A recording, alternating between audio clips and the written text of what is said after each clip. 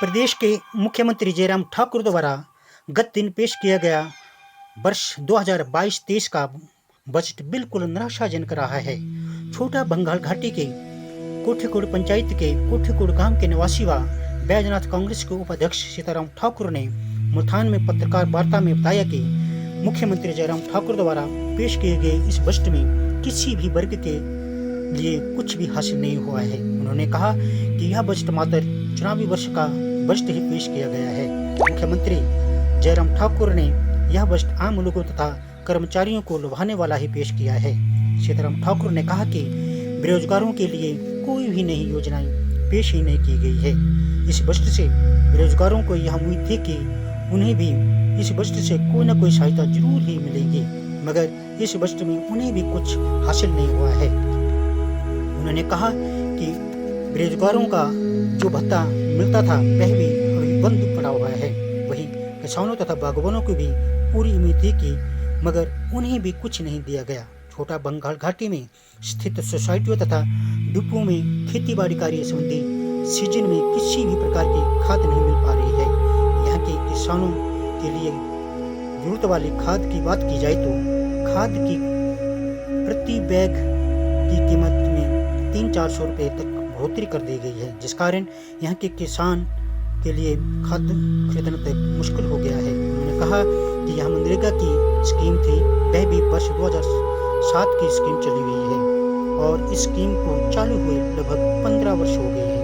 वहीं गत माह प्रधानमंत्री नरेंद्र मोदी द्वारा पेश किए गए केंद्रीय बजट में भी मनरेगा के मजदूरों की दिहाड़ी में भी कुछ भी बढ़ोतरी नहीं की गई है, जो कि 203 रुपये तक सिमटी हुई है। वहीं मुख्यमंत्री जयराम ठाकुर द्वारा पेश की गई इस बजट में भी मनरेगा की दिहाड़ी मात्र 50 रुपये तो बढ़ाई गई है, मगर यह बढ़ोतरी उन मजदूरों के लिए इस महंगे जमाने में ऊंट के मुंह में जीरा साबित ही होगी। उन्होंने कहा कि आज इस आसमान छूती महंगाई से भी आम वर्ग पिछता ही चला जा रहा है। उपाध्यक्ष सीताराम ठाकुर ने प्रदेश व केंद्र के डबल इंजन वाली सरकार से आग्रह किया है कि इस आसमान छूती महंगाई पर पूरी तरह लगाम लगाई जाए तथा देश व प्रदेश के गरीबों के उत्थान के लिए नई से नई योजना लाई जाए, ताकि खासकर गरीब तबके के लोग और भी हताश न निराश न रहे।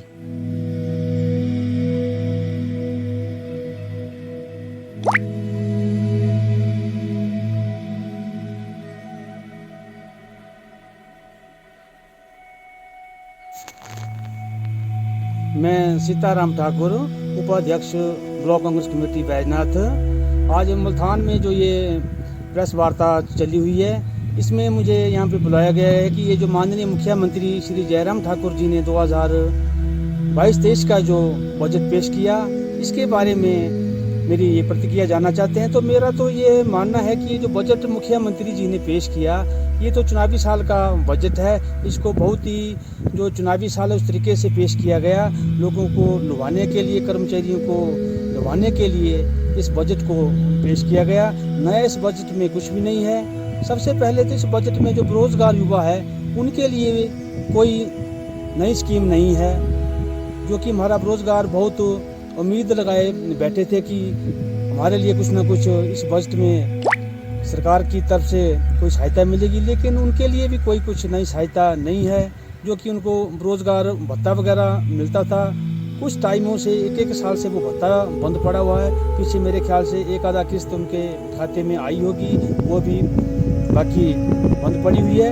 इसके अलावा जो हमारे बागवान भाई है, किसान भाई है, उनको भी उम्मीद थी इस बजट से कि हमारे लिए भी मुख्यमंत्री जी और सरकार की तरफ से उनको बहुत उम्मीद थी कि कुछ ना कुछ हमारे लिए नया होगा, लेकिन इसमें कोई कुछ नया नहीं है। जहाँ तक हमारे यहाँ पे किसानों की बात है, खाद की बात है, हमारी खाद्य भंडार की, जो यहाँ पर जो हमारे यहाँ का इलाका है ये छोटा बंगाल का, इन डिपुओं में हमारी जो खादें थी पहुँच जाती थी, वो बिल्कुल नहीं पहुँची हुई है। और खाद के रेट जो है इतने भारी हो गए हैं कि लोगों को खाद लेना भी बहुत मुश्किल हो गया है। मेरे ख्याल से 300-400 रुपया बैग जो है, एक बैग में इसकी बढ़ोतरी हुई है। तो इसके अलावा जो मैं मजदूरों की बात करता हूँ, एक मनरेगा की बात करूँ, पीछे भी हमारा जो केंद्र में बजट पेश किया था तो उसमें भी उस दिहाड़ी में भी कोई बढ़ोतरी नहीं हुई थी मनरेगा की, जो कि 203 रुपये तक सीमित है।